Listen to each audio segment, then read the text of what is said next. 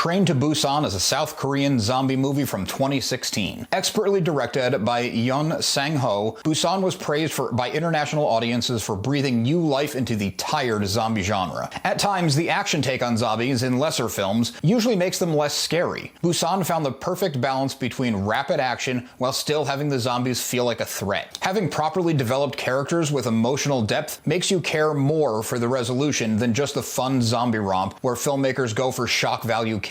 Furthermore, Busan does what the Romero movies were so good at: social commentary. It's even more impressive that the entirely South Korean-made movie was able to make these social commentaries to the majority of the civilized world. It feels strange to say Train to Busan developed a cult following because it was successful, but that is technically accurate. Though the movie was widely loved by critics and audiences alike, it did arrive under the radar as a foreign film. It even performed well in its fairly limited US theatrical release. Where Busan really found its audience was on streaming platforms. The world of streaming allows easier access to foreign films. Train to Busan came after Oldboy captivated American audiences, and just before Parasite would take home an Oscar.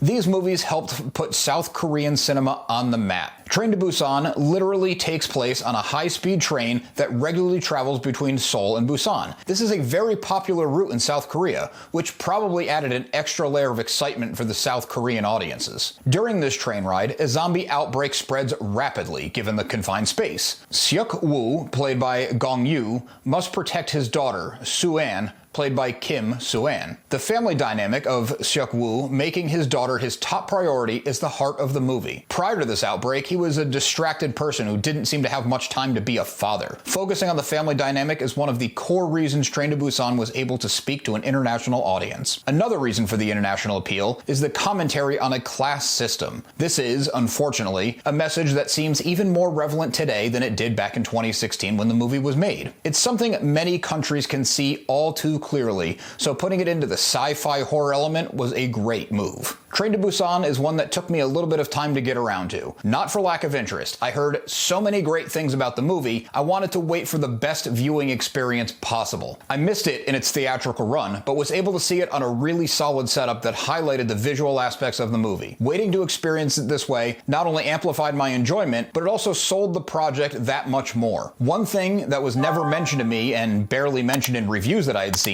was the sound design. The soundtrack is cool and all, but the sound effects, the atmosphere are what really complete the picture. And with the surround sound cranked up, it added to the feeling of claustrophobia. A movie that sucks you in so far you don't just watch it, but feel like you experience it, is one that stands the test of time. Train to Busan is as entertaining, heartfelt, and relevant today as it was nearly 8 years ago when it was released.